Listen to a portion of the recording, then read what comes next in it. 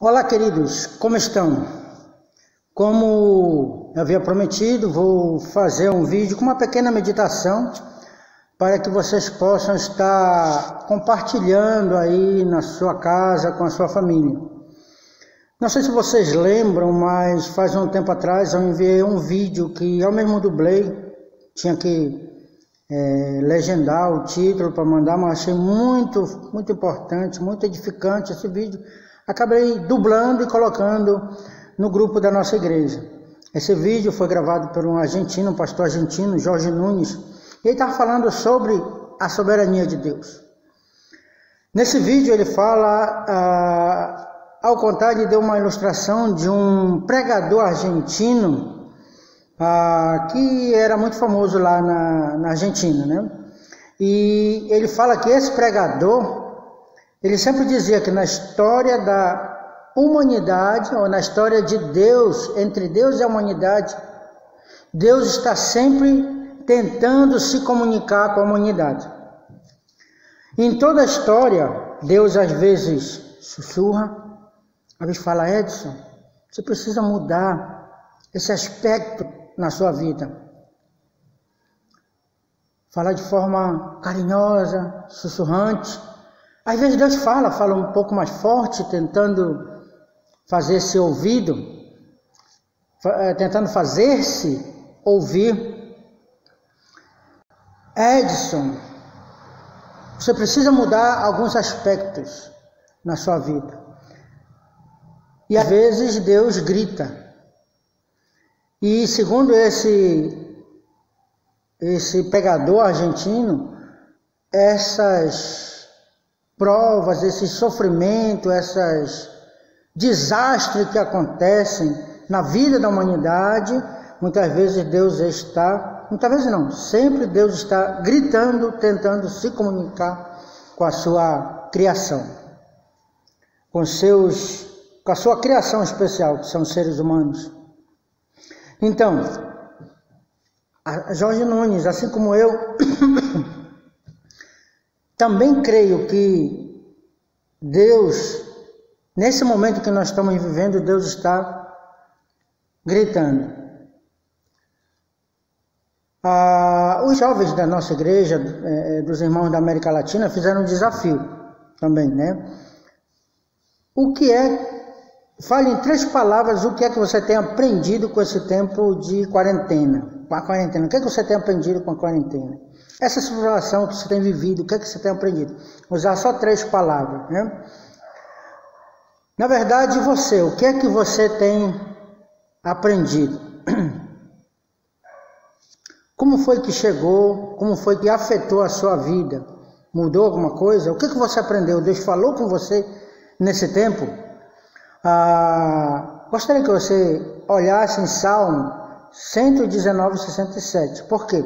Geralmente, as dificuldades que nós passamos, Deus usa para nos aproximar mais dele. Nós nos aproximamos mais de Deus. E no Salmo 119, 67, fala assim: antes de ser afligido, andava, ou seja, eu andava errado, mas agora guardo as tuas palavras. Ou seja, o salmista está dizendo que antes de passar por um momento de dificuldade, ele andava fora dos caminhos do Senhor, ele andava errado. Mas agora, depois que Deus atuou, depois que Deus gritou com ele, usou uma situação pessoal com ele, ele diz que agora Deus usou essa situação para guardar a sua palavra. Nestes casos, alguns guardam a palavra, como foi o caso do salmista, obedecem à voz de Deus, manifestada por meio da sua palavra, que é as Escrituras, para nós hoje é as Escrituras, para o salmista também, né? Alguns vão escutar a voz de Deus e endireitar os seus caminhos. Mas em outros casos, né, as pessoas voltam para a sua velha vida. Parece que eu estou escutando aqui um provérbio, né, que diz, você pode ver repetido em 2 Pedro 2, 22, que diz assim: com eles aconteceu o que diz certo adágio verdadeiro. Com eles aconteceu o que diz certo adágio verdadeiro. o cão voltou ao seu próprio vômito, ou seja, o cão comeu de volta o próprio vômito e a porca lavada voltou a revolver-se no lamaçal. Deus tem usado essa situação para me ensinar algumas coisas. Eu queria compartilhar com vocês algo que Deus tem falado ao meu coração. Vou falar para vocês. Eu estou estudando com alguns casais e tenho feito uns estudos que tem a ver com resolução de conflito. Quando começou a acontecer toda essa situação da pandemia, eu achei, poxa, Deus está falando comigo, que parece coincidência, né? Que eu estou estudando essas coisas, justamente está acontecendo tudo isso que eu estou estudando. São várias coisas que a gente tem aprendido. Eu pensei, coincidência? Será que é coincidência? Não tem nada de coincidência. Realmente Deus fala na palavra e usa situações também para confirmar aquela palavra na nossa vida. O que eu tenho aprendido? Deixa eu compartilhar com vocês duas coisas. A primeira coisa, Deus usa a dificuldade para que nós possamos entender e nos identificar com o sofrimento de Cristo. Olha só, veja em Filipenses, capítulo 3, versículo 10, Paulo disse aqui, né? Para o conhecer, ou seja, para conhecer a Cristo e o poder da sua ressurreição, ele quer conhecer o poder da sua ressurreição e a comunhão dos seus sofrimentos. Paulo está dizendo aqui que ele deseja ter comunhão com o sofrimento de Cristo, com o propósito de ser desconformando-se com ele na sua morte. Ou seja, Paulo está querendo aqui entender o que Cristo sentiu quando ele estava sofrendo por nós na cruz. Interessante que Pedro também, na 1 Pedro, na sua primeira epístola, ele fala, quando nós fazemos algo errado e sofremos, nós sofremos porque merecemos. O que significa que nós nos identificamos com o sofrimento de Cristo? O que Paulo queria dizer que ele queria ter comunhão com o sofrimento de Cristo? Paulo queria sentir o que Cristo sentiu, ter comunhão com o coração de Cristo no momento das dificuldades. E o sofrimento, Deus usa muitas vezes para nos aproximar, nós já vimos, o sofrimento nos aproxima de Deus, mas não só nos aproxima de Deus, mas nós entendemos o que Cristo sentiu. É uma forma de nós compartilharmos o sentimento de Cristo. Porque quando você faz algo certo, algo bom, quando você pratica a vontade de Deus e sofre por isso, você se identifica com Cristo. Por quê? Você vai entender o que Cristo sentiu. Porque Cristo não fez nada de errado, sofreu e padeceu injustamente. Então fica lá, quando você estiver padecendo injustamente, a Bíblia até diz em Mateus capítulo 5, que quando nós padecemos, sofremos por causa do nome de Jesus, quando nós padecemos injustamente, nós devemos nos alegrar. E esse era o propósito de Paulo.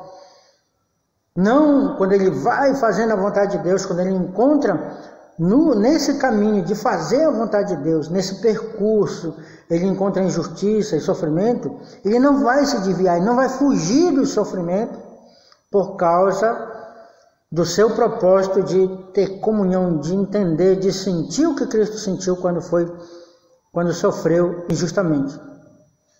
A segunda coisa que eu quero compartilhar é que Deus usa a dificuldade para expor o que está no nosso coração.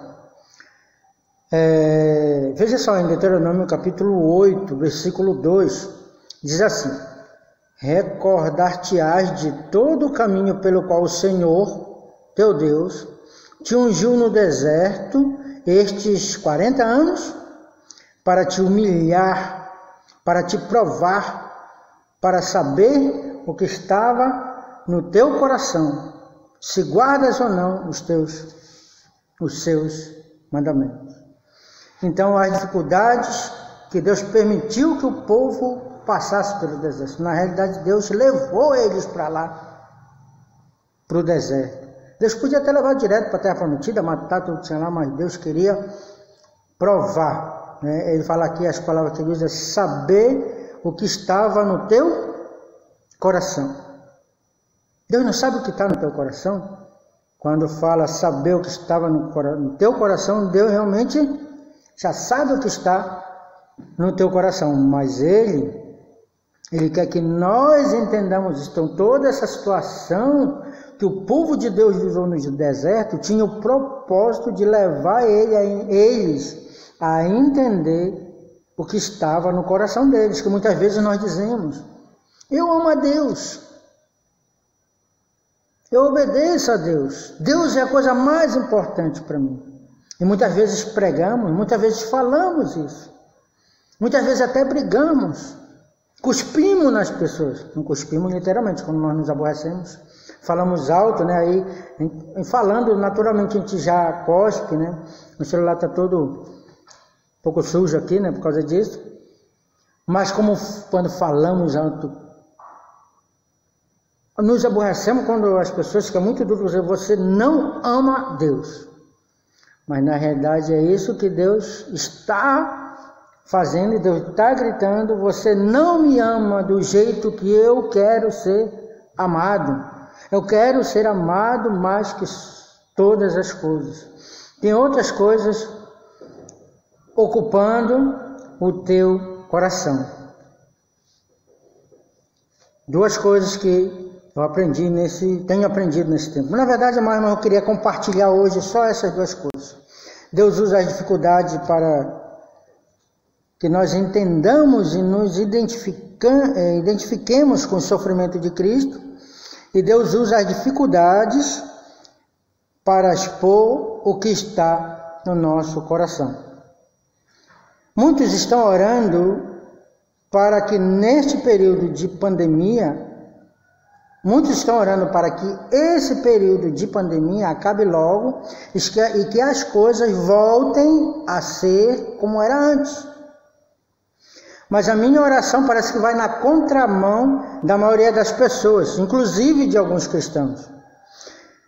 Eu oro para que essa pandemia dure o que tenha que durar. Que não acabe até que ela tenha cumprido o propósito de Deus para a minha vida através dessa pandemia. Que eu entenda o que tenha que entender por meio dessa pandemia. Oro que a minha vida seja diferente depois desta pandemia. Que eu não volte a ser como era antes. Que eu não volte a ser, como disse o Provérbios, que foi dito pelo apóstolo Pedro. O cachorro voltou para o seu vômito e a porca lavada voltou-se a revolver-se na lama. Que ao terminar essa pandemia, nós sejamos novas pessoas, pessoas diferentes, que as coisas não sejam mais como era antes. Amém?